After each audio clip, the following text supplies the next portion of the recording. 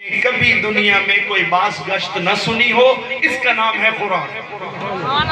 یہ اس کا بار بار پڑھا جانا، ہر سال پڑھا جانا، استادوں اور شاگردوں کا آپس میں بیٹھ کے تکرار کرنا، یہ موعظے کا حصہ ہے۔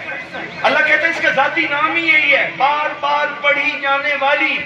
باقی تو اس کے صفاتی نام ہے، لیکن اس کا ذاتی نام یہ ہے کہ کتابوں کی دنیا کی وہ کتاب جو بار بار پڑھی جائے، وہ یہی لوح محفوظ کی تختی ہے۔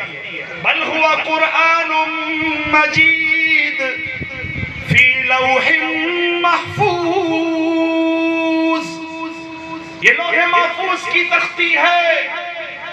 بِأَيْدِي سَفَرَةٍ کِرَامٍ بَرَرَةٍ، بہت ہی معزز نیکیاں کرنے والے ہاتھوں نے اس کو وہاں تحریر کیا ہے۔ مرفوعۃ مطہرہ، یہ بہت اونچی ہے اور خود بھی پاک ہے۔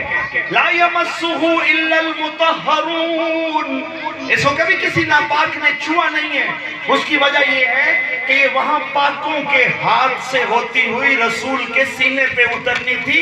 اللہ نے کسی ناپاک کو راستے میں ہاتھ ہی نہیں لگانے دیا۔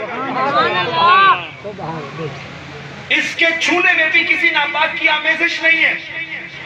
اور جس کو یہ اللہ نے وہاں سے پکڑائی کہ تو نیچے لے جا نبی کے پاس، انہو لقول رسول کریم، جس نے وہاں سے سنی اور اٹھائی اور نیچے لے کے آیا جبرائیل، وہ وہاں اپنے علاقے میں بڑا معزز مشہور ہے، عزت والا۔